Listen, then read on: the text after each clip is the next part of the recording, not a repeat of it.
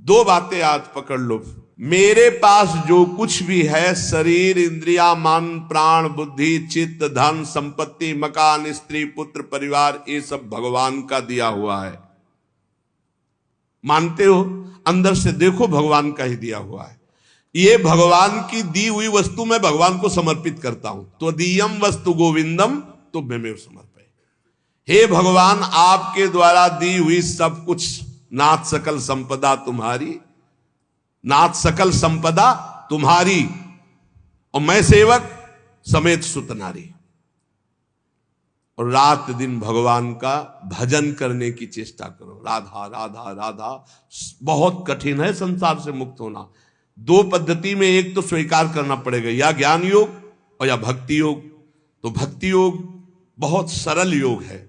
इसमें सब साधन भगवान को और सब करण भगवान के हैं। बस इतना समझना है, सब करण भगवान के हैं, चाहे इंद्रियां हो, चाहे अंतःकरण हो, चाहे पदार्थ हो, बाहर भीतर जो कुछ श्री भगवान की रचना। और मैं भी भगवान का हूं, भगवान का अंश हूं। तो मैं सहित सब कुछ भगवान को समर्पित और भगवान का नाम जब, इस जन्म में पक्का भगवत प्राप्ति हो जाएगी। ज्यादा समझने की जरूरत नहीं। ज्ञान में तो बहुत बहुत समझने की जरूरत है। अगर उसमें चूक हुई तो दूसरा बचाने वाला नहीं, इसमें बचाने वाला है। करो सदा तिनके रखवारी, जिम बालक राखे महतारी। युक्ता कर्म फलम त्यक्त्वा शांति मापनोति नैष्ठिकीम, अयुक्ता काम कारेण फले सक्तो निबध्यते। जो योगी है वो फल का त्यागी होता है, कर्म का त्यागी नहीं। कर्म जो आया उसको किया और फल वो भगवान को समर्पित कर दिया। कर्म भी भगवान को समर्पित कर दिया। पर कर्म त्यागी का मतलब मैं ये कर्म क्यों करूं जब मुझे फल की आकांक्षा नहीं। नहीं, कर्म करना चाहिए। गृहस्थ में हो तो अपने अपने धर्मानुसार जो आपको कर्तव्य कर्म मिला है, विरक्त हो तो अपने अपने धर्मानुसार जो आपको कर्तव्य कर्म मिला है। भगवान ने कहा मेरे लिए कोई कर्म नहीं, फिर भी मैं कर्म करता हूं। सबको कर्म करना चाहिए, पर कर्म फल में भगवान के ऊपर उसको समर्पित कर देना चाहिए। कर्म फल में समान भाव रखना ये योगी का लक्षण है, और कर्म फल में वो कर्म अभिमानी पुरुष का लक्षण कि ये फल मिला, नहीं मिला तो अश्रद्धा हो गई, अशांति हो गई। लेकिन जो योगी है वो सुख दुखे समय कृत्वा लाभा लाभो जया देव। चाहे हानि हो, चाहे लाभ हो, चाहे जय हो, चाहे पराजय हो, चाहे सुख हो, चाहे दुख हो, उसमें समान भाव रखता। क्यों? कर्म फल की आशा ही नहीं की। हमें तो केवल कर्म करने का आदेश था, उसको कर्म किया, शास्त्र सम्मत, फल तो भगवान को समर्पित है। कर्म करना और कर्म फल की त्याग वृत्ति रखना तो तत्काल शांति प्राप्त होना शुरू हो जाएगी। देखो कितना आनंद है। हम कर्म फल चाहते ही नहीं, हमें करना है, हमें भजन करना है, हमें साधन करना है, हमें अपने अपने जो कर्म है वो करने, वो फल की तरफ भगवान देखे। जोई जोई प्यारो करे सोई मोई भावे, अभी शांति। युक्ता कर्म फलम त्यक्त्वा शांति मापनोति नैष्ठिकीम। जितना जलन, जितनी अशांति फल को लेकर के है, कर्म को लेकर सावधानी नहीं है, फल को लेकर है। फल में बोले अब हमें भगवान से श्रद्धा हो गई तो तुम्हारा ही पतन होगा, भगवान का थोड़ी वहां कुछ होना, तुम्हारा ही पतन होना है। सकाम मनुष्य कामना के कारण फल में आसक्ति हो जाती है, इसलिए वो बंधता है, जलता है, दुर्गति को प्राप्त होता है। देखो, संचित कर्मों के अनुसार प्रारब्ध बनता है, और प्रारब्ध के अनुसार मनुष्य का जन्म होता है। और मनुष्य जन्म में जो नए कर्म होते हैं, नए कर्म संस्कार बनते हैं, वो तुरंत उठकर संचित में चले जाते हैं। भोगना तो प्रारब्ध ही पड़ता है, शुभ और अशुभ। कर्म फल की आसक्ति त्याग कर दो तो संचित भी भस्म हो जाएंगे, और नए कर्म संचित में जाके जमा नहीं होंगे, और प्रारब्ध भोगकर भगवत प्राप्ति हो जाएगी। प्रारब्ध भोगना पड़ेगा, ये कमर कस लो। ये जो तुम्हें कह रहे हैं कि हम नष्ट कर सकते हैं छूछा से, भगवान बोल रहे हैं, जगत गुरु बोल रहे हैं, हम नहीं बोल रहे। प्रारब्ध भोगना पड़ेगा, अवश्य में भोक्तव्यम कृतम कर्म शुभाशुभम। भूल भुलैया में मत फंसो। तुक्का जम जाता है कभी कभी। तुम्हारा प्रारब्ध अच्छा आ गया और तुम हमारे पास आए, तुम्हारा काम बन गया, बोले बाबा से काम बन गया। बाबा से काम नहीं बना, तुम्हारा प्रारब्ध काम बना दिया, तुम्हारा पुण्य काम कर गया। जो कर्म फल की आसक्ति का त्याग कर देता है उसके कर्म भस्म हो जाते, भुने हुए चने के समान, फिर बीज नहीं देते, फिर वो बंधन कारक नहीं होते। जैसे भुना हुआ चना है, अब ना उसमें अंकुरण होगा, ना पेड़ होगा, ना उसमें बीज होगा, जड़ से खत्म हो गया, अब उसमें कोई सत्ता नहीं। तो जो कर्म फल की आशा ना रख करके केवल भगवत प्रीत्यर्थ किया जाता है, वो उसे बांध नहीं सकता, उसे जन्म मरण में नहीं पहुंचा सकता। नहीं तो चाहे शुभ कर्म हो, अच्छा कर्म हो या बुरा कर्म, उसे जन्म मरण में फंसा देगा। कर्म फल 4 प्रकार के होते हैं। एक होता दृष्ट कर्म फल, और एक होता अदृष्ट कर्म फल, और एक होता प्राप्त कर्म फल, और एक होता अप्राप्त कर्म फल। दृष्ट कर्म फल कहते हैं वर्तमान में किए जाने वाले नए कर्मों का फल जो तत्काल प्रत्यक्ष मिलता दिखाई देता है। जैसे कीर्तन किया आनंद मिल रहा है, सत्संग किया आनंद मिल रहा है, कोई भूखा है अपना भोजन पवा दिया तत्काल आनंद मिल रहा है, कोई अपने लिए पदार्थ लेने जा रहा, देखा बीमार है उसके पास दवाई की व्यवस्था नहीं, चलो आज हम भूखे रह जाएंगे, पैसा बीमारी में दे दिया, उसमें लगा, तो जो हृदय शीतल हुआ वो दृष्ट कर्म फल, इतना महान कर्म कि तत्काल आनंद प्रदान करता है। और अदृष्ट कर्म फल वर्तमान में किए जाने वाले नए कर्मों का फल जो अभी तो संचित रूप से संग्रहित होता है, आगे जन्म में मिलेगा जाकर के। जो तीर्थ याटन है, दान है, पुण्य है, बहुत प्रकार के ऐसे कर्म है जो अभी आपको नहीं अनुभव में आ गए, वो आगे आपको प्राप्त होंगे। और प्राप्त कर्म फल जो पूर्व के कर्म फलों का प्रारब्ध बन करके आ गया है, शरीर प्राप्त कर्म फल है, प्रारब्ध जैसा वैसा शरीर, वैसे ही कुल में जन्म, वैसे ही धनवान, संपत्तिवान, अनुकूलता प्रतिकूलता, ये प्राप्त कर्म फल है। पूर्व में जो कर्म किए उससे जो प्रारब्ध बना है वो पहले से निश्चित हो चुका है। अप्राप्त कर्म फल प्रारब्ध कर्म के फल रूप में अब जो आगे आने वाला है, ये भविष्य में मिलने वाले सुख दुख है, जो अप्राप्त कर्म फल है। प्राप्त कर्म फल हो चुका, शरीर ऐसे कुल में जन्मा, शरीर ऐसा है, ऐसा ऐसा धन संपत्तिवान माता पिता मिले या निर्धन मिले, या जैसे अनुकूल प्रतिकूल परिस्थिति जो वर्तमान में मुझे मिली, ये प्राप्त कर्म फल। और जो अब आगे आने वाली है अप्राप्त कर्म फल, ये प्रारब्ध बड़ा भयानक है जो आगे आने वाला है। इसे भयानक को बड़ा मृदुल किया जा सकता है भजन के प्रभाव से, नष्ट तो किया जा सकता है पर भगवत प्राप्ति नहीं होगी। फिर पूरा झोंकना पड़ेगा इसी प्रारब्ध मिटाने में भजन को। प्रारब्ध भी हम भोग ले और भगवत भी प्राप्ति हो जाए, तो भजन से प्रारब्ध जो 100% आपको दुख देने वाला है वो 10% आके भुगता के 90% नष्ट हो जाएगा, 10% भोगना पड़ेगा और चला जाए। भजन का बड़ा प्रभाव होता है। 12 वर्ष का गलित कुष्ठ 24 घंटे में भुगता के चला गया। 12 वर्ष कहां और कहां 24 घंटे। भजन से अप्राप्त कर्म फल को, जो आने वाला प्रारब्ध है, उसे रोका जा सकता है, उसे कम किया जा सकता है, उसे मिटाया भी जा सकता है। पर जो भगवत प्राप्ति करना चाहते हो मिटाने में नहीं फंसते, वो उसे भोग लेते हैं और भगवान की प्राप्ति करते हैं। ये 4 प्रकार के कर्म फलों में दृष्ट और अदृष्ट ये क्रियमाण है, और जो प्राप्त और अप्राप्त कर्म फल हैं प्रारब्ध के अधीन है। दृष्ट कर्म फल आग्रह नहीं रखना, मिलने पर प्रसन्न या प्रसन्न ना होना। अदृष्ट कर्म फल आशा रखना, प्राप्त कर्म फल में ममता न करना, मिलने पर सुखी दुखी ना होना। अप्राप्त कर्म फल मिट जाए ऐसी आशा न रखना, ये भक्त के हृदय में होता है। चारों प्रकार के कर्म फल भक्त के हृदय में कोई प्रभाव नहीं डाल सकते। जब उपासक ये देख लेता है कि मैं करता नहीं है, वो मुक्त होने लगता है। इतने जादू का तमाशा है, समझ लो। गांठ लगी ही नहीं, गोस्वामी जी कह रहे जड़ चेतन ही ग्रंथि पड़ गई, यद्यपि मृषा छूटत कठिनाई। है ही नहीं बंधन पर छूटना बड़ा कठिन है। बस इतना समझ लो कि बंधन ही नहीं है पर छूटना बड़ा कठिन है। कर्तापन तुमने स्वीकार किया तो तुम्हारी दुर्गति पक्की है। चाहे शुभ कर्म करो चाहे अशुभ कर्म। शुभ से स्वर्ग आदि लोक, अशुभ से नरक आदि, और दोनों से मृत्यु लोक, ये आवागमन बंद नहीं होने वाला। क्या करें? तो बड़ी कठिन समस्या है। यही कठिन समस्या है। ज्ञानेन्द्रीय, कर्मेंद्रीय, अंतःकरण, प्राण, उपप्राण, ये सब प्रकृति के हैं ढांचा सहित। शब्द, स्पर्श, रूप, रस, गंध, ये प्रकृति के हैं। वो 5 ज्ञानेन्द्रियां उनको प्रकृति में भोग रही।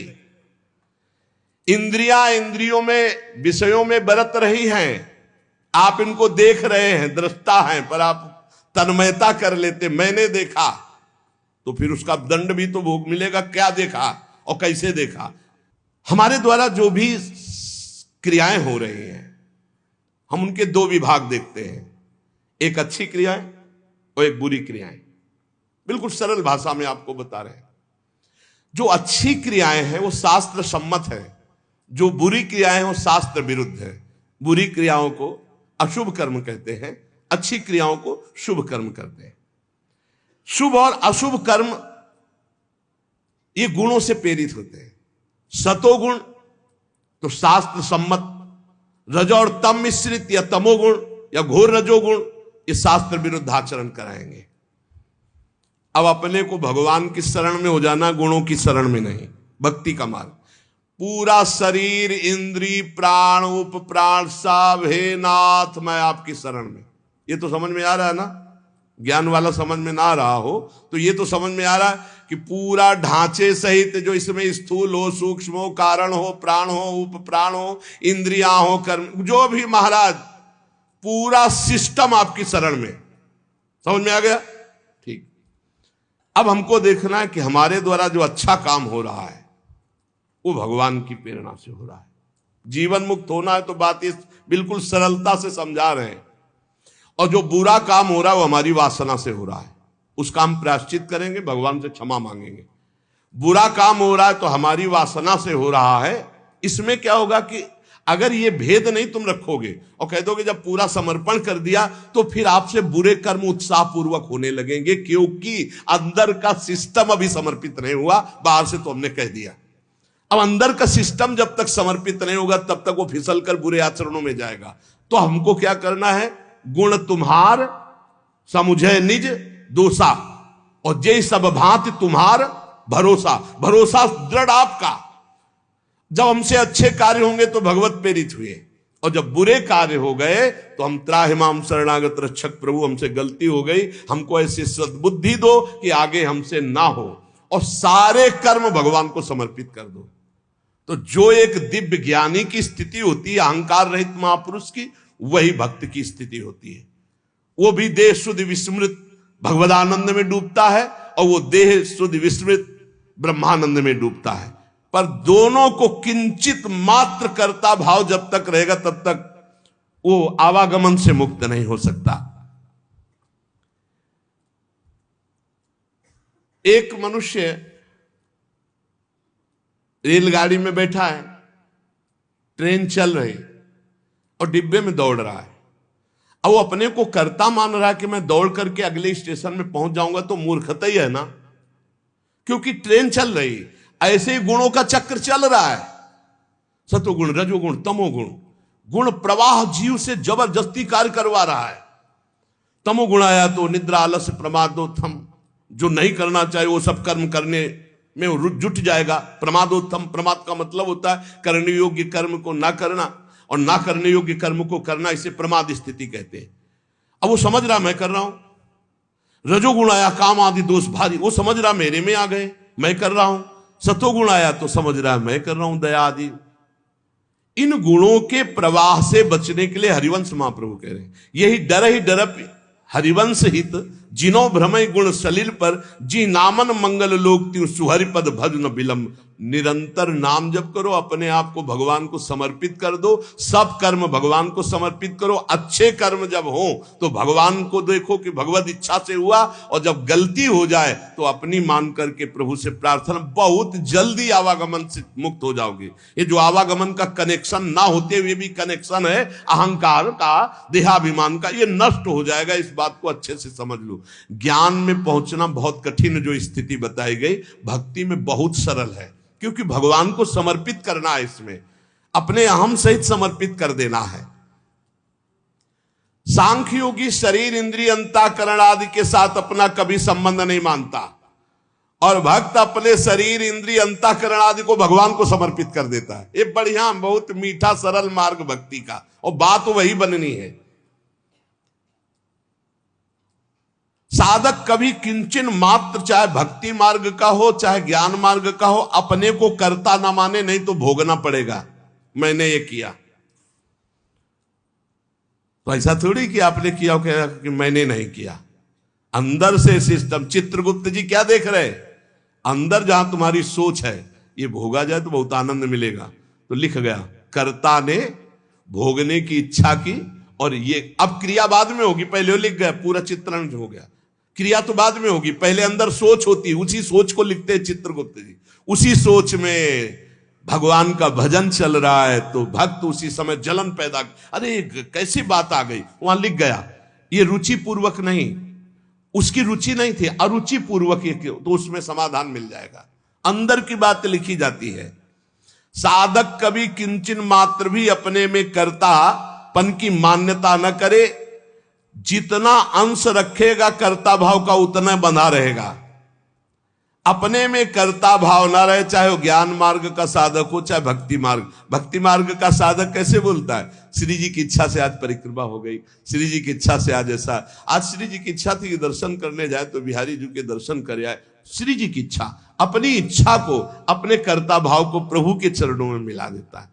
भगवान की इच्छा, प्रभु की इच्छा, एक मार्ग तो पकड़ लो, हर कर्म समर्पित, कहीं भी कर्ता भाव नहीं, कहीं भी अभिमान की बात नहीं, मैंने देखा मैंने किया नहीं, प्रभु की इच्छा से देखा, प्रभु की इच्छा से हो गया।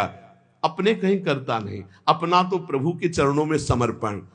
अब देखो, ब्रह्मण्याधाय कर्माणि संगम त्यक्त्वा करोति यः लिप्यते न सा पापेन पद्म पत्र मिवाम्भसा।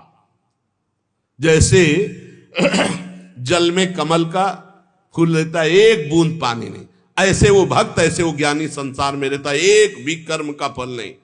कर्माणि श्रुति बोधितानि नितराम कुर्वन्तु कुर्वन्तु मा। वो चाहे वेद के अनुसार कार्य करे या न करे, कोई उसके ऊपर लागू नहीं नियम।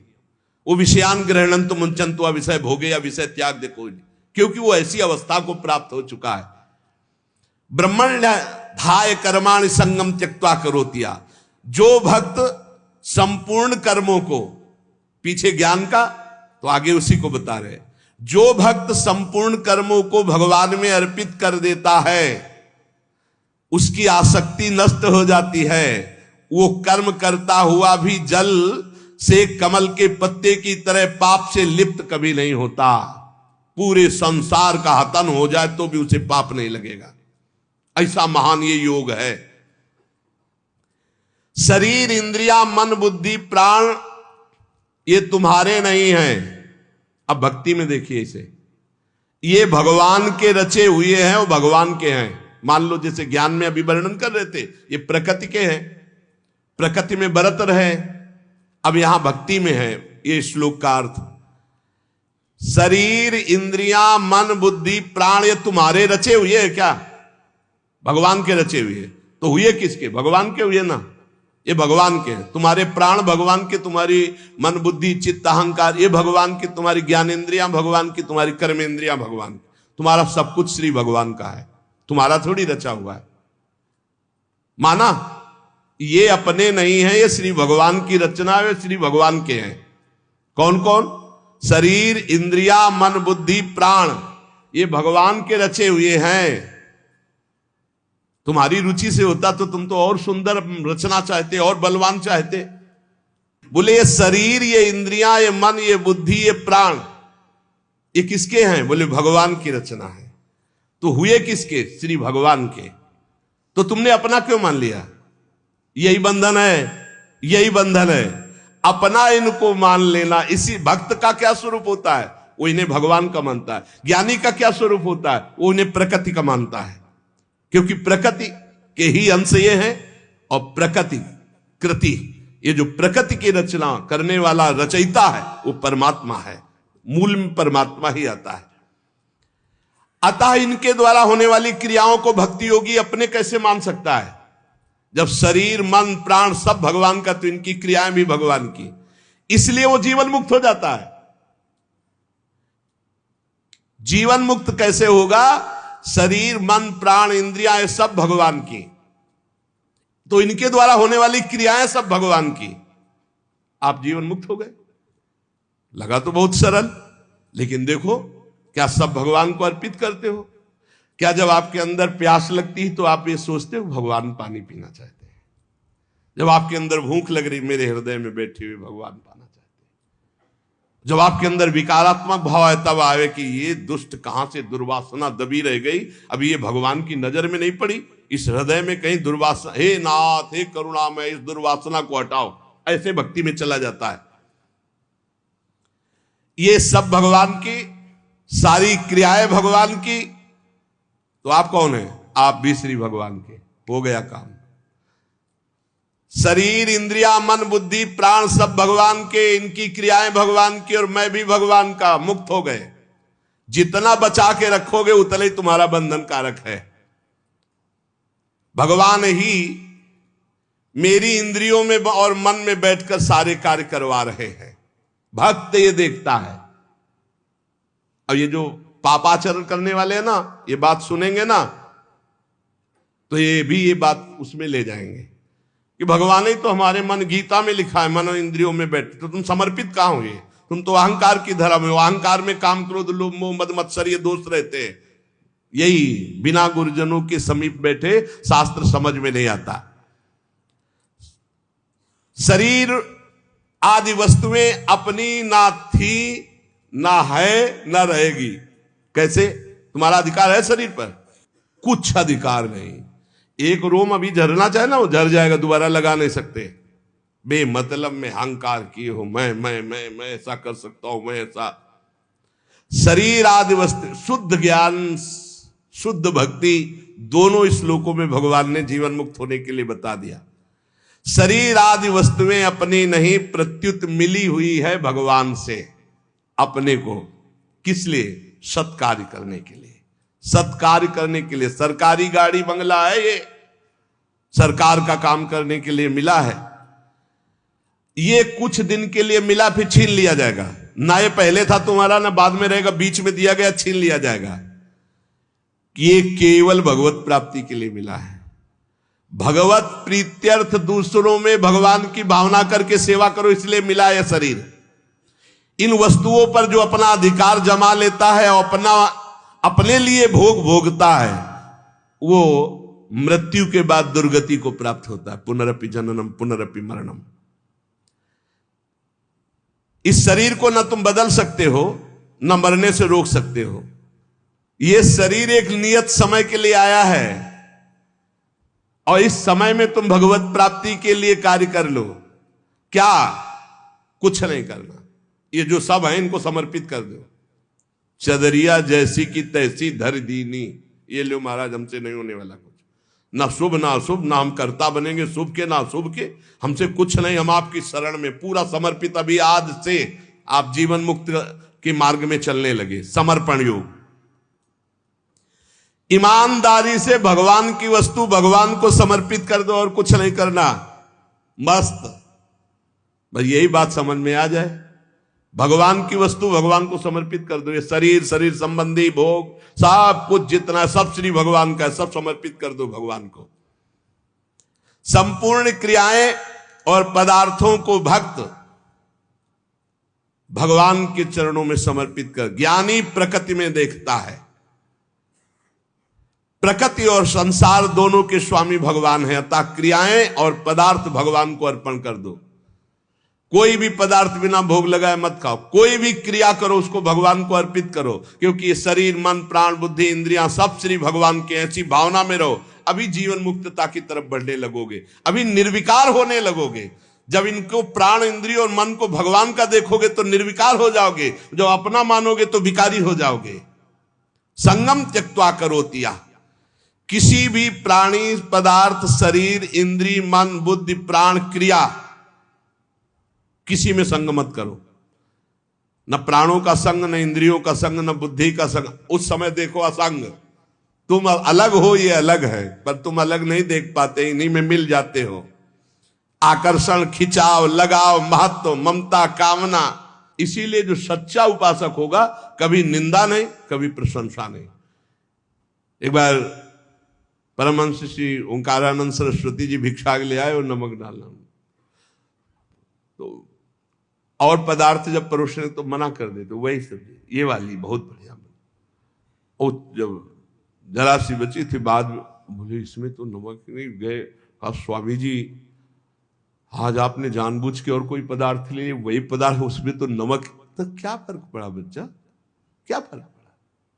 पेट प्राणों का पोषण करना था, डालना। ना निंदा ना स्तुति, चाहे जितना अच्छा पदार्थ होगा। आज तो उसके भोक्ता बने तो फिर फंसोगे।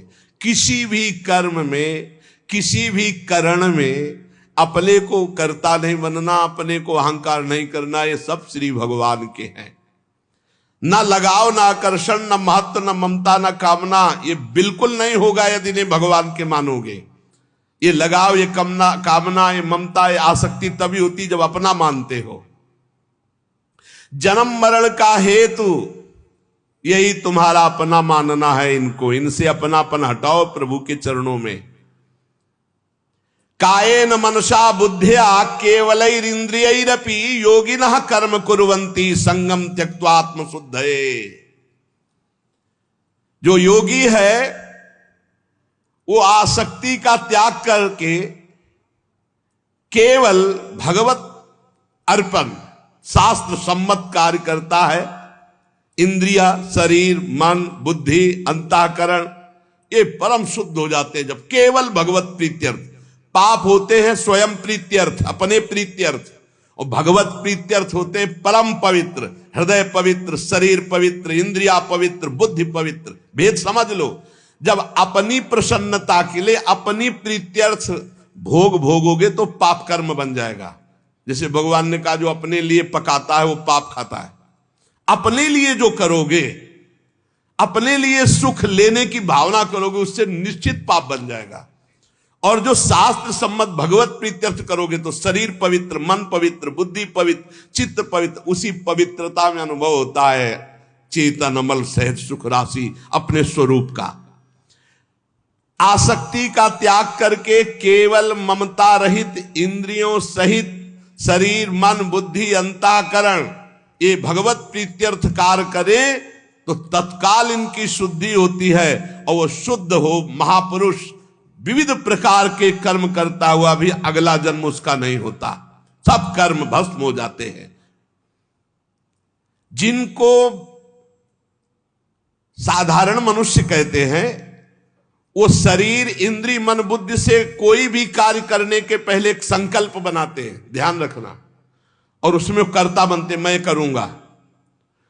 और जब कोई भक्त करता है तो भगवान की प्रेरणा देखता शास्त्र सम्मत है कि नहीं। भगवत प्रेरणा से ये कर्म हो रहा है, इस कर्म में शास्त्र आज्ञा है कि नहीं, हाँ है।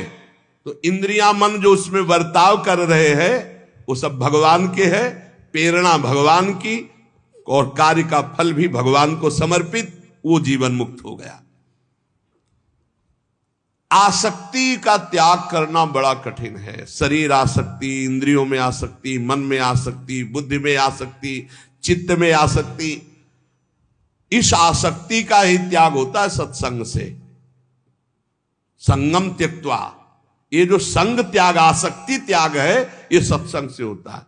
रोज धैर्य पूर्वक जैसे सत्संग सुन रहे हो तो इतना तो दिमाग में आ ही रहा है अब कि मैं शरीर नहीं हूं, मेरी इंद्रियां, बुद्धि, मन, प्राण ये सब भगवान की रचना है, और भगवान की रचना से जो भी हो रहा है वो भगवान की रचना प्रकृति में हो रहा है। मैं व्यर्थ में फंस रहा हूं, अहंकार करके, भोक्ता भाव करके।